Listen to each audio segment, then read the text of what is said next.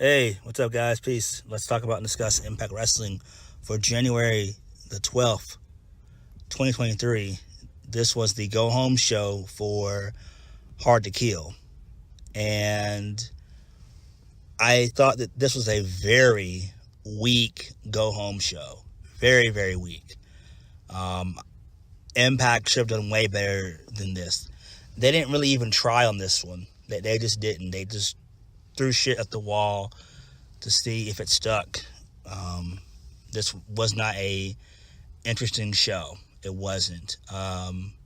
There wasn't really much to sink our teeth into outside of the Sami Callihan and the design stuff and Bully Ray and Josh Alexander. Other than that, it just wasn't that good of a go-home show, and they could have done it a lot better.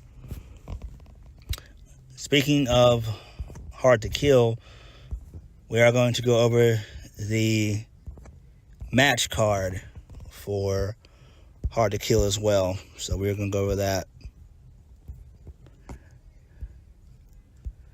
So we kicked the show off with a Zoom call that was hosted by Josh Matthews, which involved Josh Alexander and Bully Ray. So Josh, he admitted that Bully was in his head and said that it would not affect him for their match. Bully, he repeated that by saying that Alexander gave his hand, giving him the advantage. Bully praised Alexander's abilities and compared him to Kurt Angle, which he is not. He's a very poor man's version of Kurt Angle. I'm just being honest. Josh Alexander is okay at best. Let's just be honest. But stated that Alexander made a mistake by sending their bickering to Full Metal Mayhem. So Bully ended the interview by saying he will become a 3-time world champion. Alexander stated that it's yet to be seen who will be the better fighter at Hard to Kill. Okay, so that's fine. But this thing actually felt like it was like 15 minutes, but it was really about 5 minutes. But it felt like it was 15. I'm like, what the fuck are they doing, though? Like, it was very, very boring. And one thing that pissed me off about this is that the fact that it's going to be the actual opener to Hard to Kill, and that pisses me off because that really is the only story that's really worth being concerned about, and that has the most story. The next in line, a close second, would be Mickie James and Jordynne Grace, but that story really isn't even that good because you still have, two baby faces. Like, they didn't turn Jordynne Grace heel like they should have.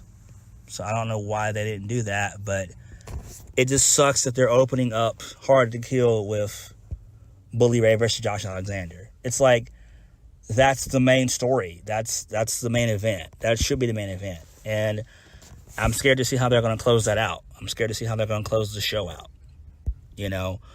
What's going to main event the show? There's really nothing that could main event the show. Unless they do Jordynne Grace and Mickie James, but even then, that's something that you could put in the middle of the card because it hasn't been built up properly, like Josh Alexander and Bully Ray has. So, you have more story and more meat on the bone if you main event with Bully and Josh Alexander over Mickie James and Jordynne Grace, which actually, in my opinion, could serve as a co-main event. That's what I would do if I was booking the show. But enough of me ranting and raving. I apologize for that. Moving on. So, first match tonight, Heath versus Brian Myers. So, Cardona and Rhino were out in their respective teams. So, Heath wins via the wake-up call. So, that's fine. Moving on.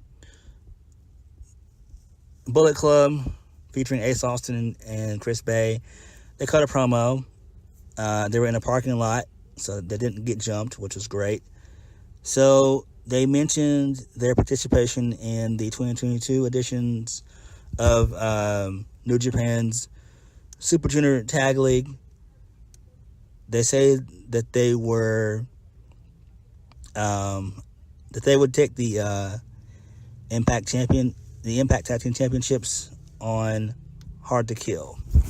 So there's that. Probably not, though.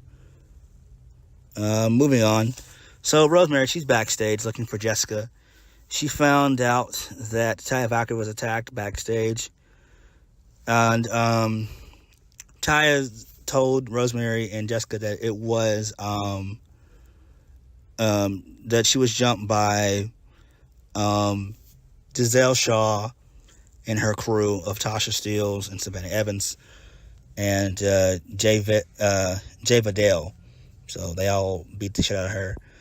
So that leads us into our second match, Savannah Evans versus Jessica. So Savannah Evans wins via the full Nelson Slam. Post-match, Rosemary and Jessica try to fight off everyone, but they're unable to. And they succumb to the numbers game. So there's that. Who really cares? So we got a vignette of Taylor Wilde doing witchcraft. So she's channeling her inner Isla Dawn, I would imagine. And she's saying that this will help her become the number one contenders match. She calls on the 4 elements: earth, wind, fire, and water. So, yeah. Don't know how I feel about that one, though. I really don't. We got a recap of Mickie James, talking about Jordynne Grace. So, there's that. Moving on. One of the highlights of the show, actually the main highlight of the show, the design. They were out, they hit the ring. So they invited Sami Callihan to shave his head. So Callahan, he joined the ring. And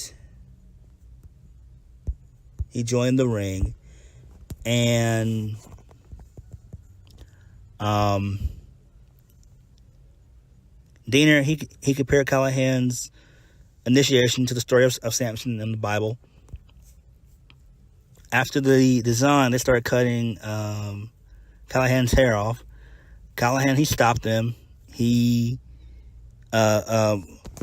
before he got a buzz cut, so he took the scissors out and handed them to Diener. Diener shaved his head. Diener called Callahan shaving his head the death of the death machine. So there's that. I do like this. I'm very interested in seeing where this goes. I do think that they're going to do a Bray Wyatt, Randy Orton scenario where Callahan is with these guys for a while. I'd say probably up until either Rebellion or Slammiversary. I think they could ride it out until Slammiversary, but knowing Impact, probably Rebellion. So I wouldn't be shocked if we see Sammy turn on the design and take them out by Rebellion, which is in probably, I would assume, mid-April. Moving on. So Gail Kim, she was backstage being interviewed by Gia Miller. So Gail told Gia that she would take a while to,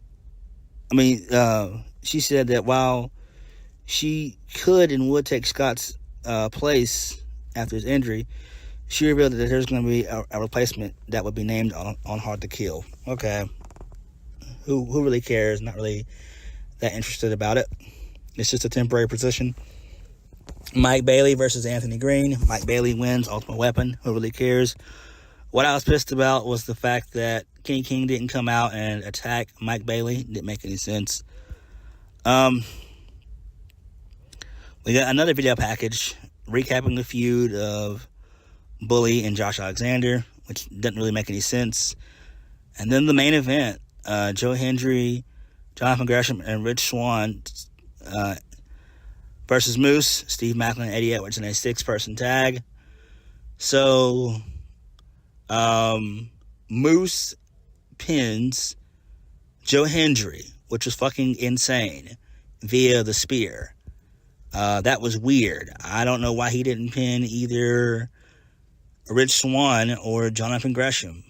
More so Swann than anything else, but I don't understand why that had to happen. Which leads me to believe that Moose is not winning. And in WWE terms, if this was WWE's way of doing things, but it's Impact, so I don't know. Post-match, there was a sound of thunder heard in the arena that confused people. So it went kind of black. And Eddie Edwards, he was basically bamboozled in the ring, and that's how we went off the air. So, I mean, there was that, but the show was very lackluster. Very, very lackluster. I'm guessing with that ending, we probably will see the reemergence of PCO, and that'll probably start the feud between PCO and Eddie Edwards. So I wouldn't be shocked if PCO appears at Hard to Kill and maybe cost Eddie the win against Jonathan Gresham. That's that's a huge possibility. So I wouldn't be shocked if that happens, and it probably will. All right, so let's go on to the Hard to Kill match card. Okay, so let's go with the pre-show. Death Dolls versus Tasha Steelz, Savannah Evans, and Giselle Shaw. I'm going to say Savannah Evans and Giselle Shaw and Tasha Steelz, they're going to win. The Death Dolls are not really that over. I mean, they are over, but I'm not really digging Jessica's character at this point in time. I'd much rather her go back to being Havoc, in my opinion. But it's always good to see a character change. Next, the second pre-show match. It's going to be a 6-way, which is going to be Angels, Yuya Uemura, Mike Jackson, Pajinder Gujar, Mike Bailey, and Kushida in a 6-way. Who I want to win, I would love for Kushida to win, but it'll probably be Mike Bailey. But if I had to pick, Kushida. But since it's Impact, they're going to have Mike Bailey win for whatever reason. On to the main card. Rich Swann versus Steve Macklin. Falls Count Anywhere. Steve Macklin needs to win this. Really and truthfully, this doesn't even really require them to even have a type of special stipulation match to end this feud, because the feud just really started. Why not have just a regular one-on-one match? Trey Miguel versus Black Taurus for the X Division Championship. Trey Miguel's going to retain. Why not? He just won the championship about a month and a half ago, 2 months. Actually, 2 months ago. Because Overdrive was 2 months ago. So, yeah. The 4-way for the number one contender to the Knockouts Championship. Taylor Wilde, Killer Kelly, Deonna Purrazzo, Masha Slamovich. Masha really needs this the most, but it seems like they're pushing Taylor Wilde, it seems like, from a character perspective. I'm going to go with Taylor Wilde. I don't see Killer Kelly doing anything right now. They've kind of cooled her off tremendously. I'll go with Taylor Wilde, and then possibly as a little dark horse, Killer Kelly. Next, Joe Hendry versus Moose for the Digital Media Championship. Joe Hendry will more than likely retain. The Fatal 4-way elimination for the Impact World Tag Team Championships. The Mercy Machine Guns, Major Players, Heath and Rhino versus Ace Austin and Chris Bay. Probably the Guns are going to retain. I mean, yeah.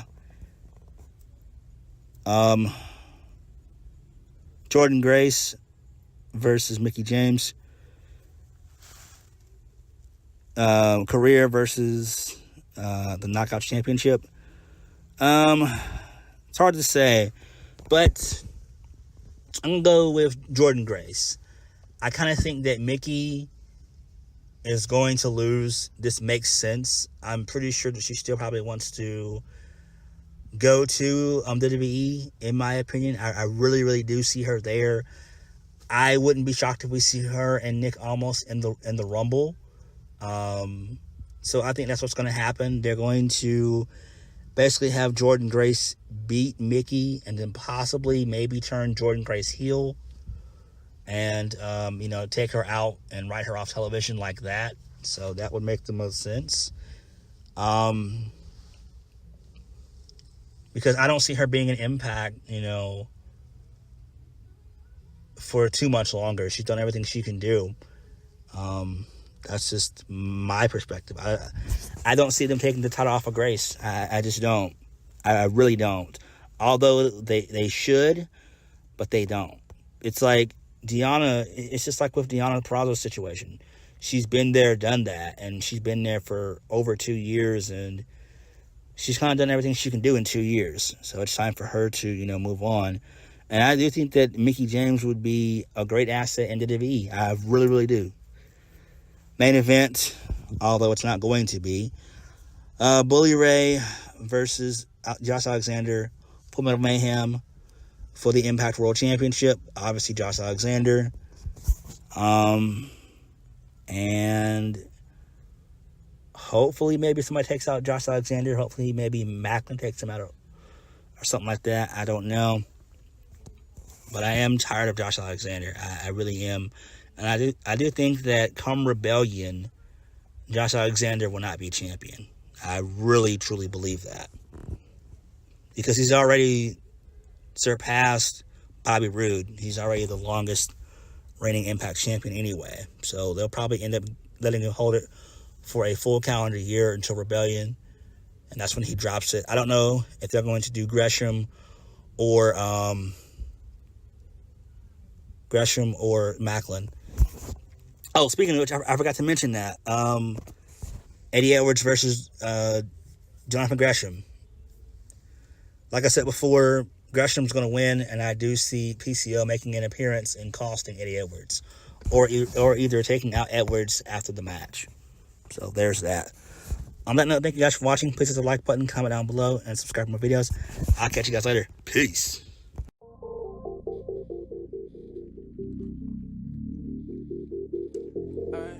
To the end.